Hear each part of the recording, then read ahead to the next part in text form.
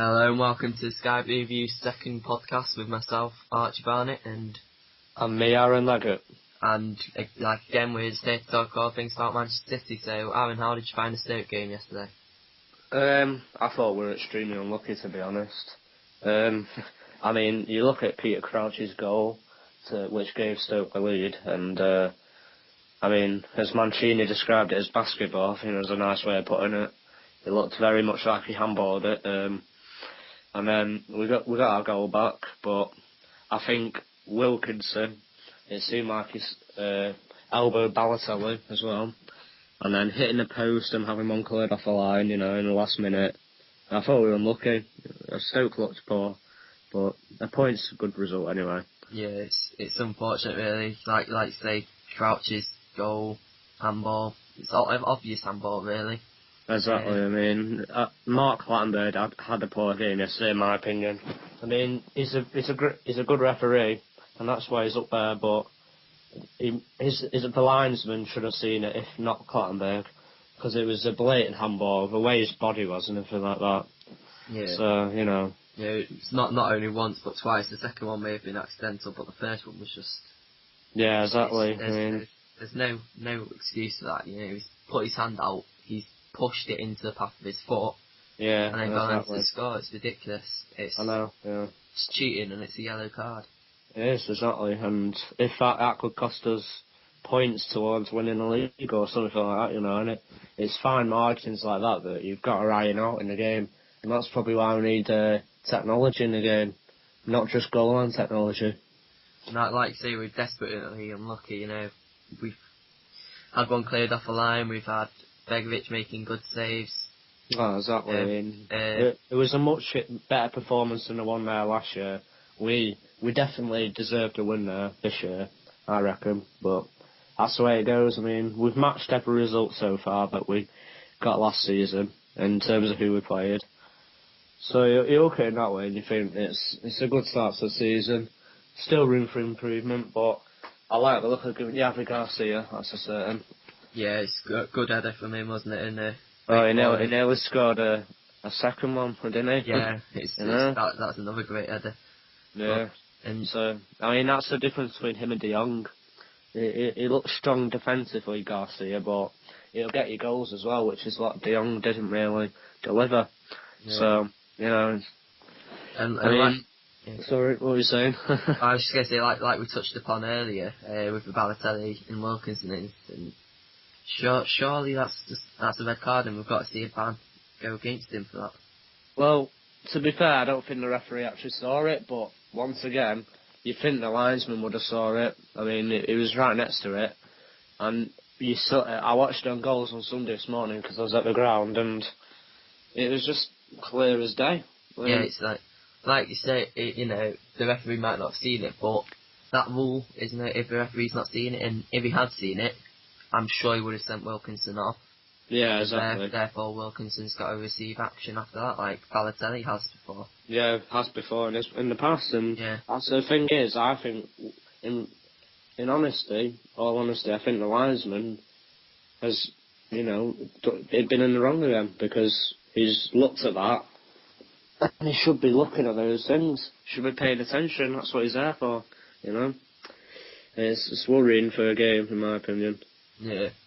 I've also got to ask questions about looking at Gail Clichy's haircut. What do you think of that? not looking very good. It's a bit different, anyway. I think it's got a bit overgrown. I think he needs to sort that one out. Yeah, exactly. Don't get fashion details off Mario. Yeah. Hopefully that's sorted out before the Real Madrid game, so Europe don't see it that way. Yeah, exactly. But anyway, the Real Madrid game, what are your thoughts on that? What do you think we should be getting from Bernabeu? Well, they lost last night to Sevilla, didn't they? 1-0. So that means 4 points from 4 for Madrid. They aren't looking that good at the moment in the league, but it's still Madrid. It's a tough place to go with Bernabeu. We can't kid ourselves. It's going to be one of the best teams in the world. Probably one of the top two. We're just behind them and Barcelona, in my opinion. So a point will be a good result there. And if we can get the win, that'd be even better. But I'd be happy with a point. What about you? Yeah, it's going to be tough. You know, you look. We've just gone and played Stoke at Britannia Stadium. You look at the difference between the Britannia Stadium and the Bernabeu. But Yeah, exactly. I think we should be. I don't know. It's a hard one because a draw would be a fantastic result there, but you can't really. I don't see us going out to go for a draw because when you think about it, that's 2 points which if you dropped, it is a lot when you've only got six games. But yeah, a draw would be a great result, but I think we should possibly be going for more.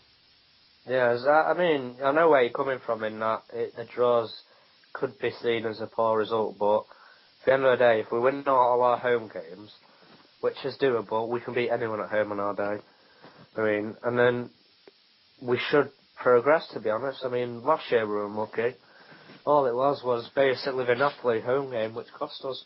Yeah. You know, and that's what cost us some qualification. Yeah, Small margins.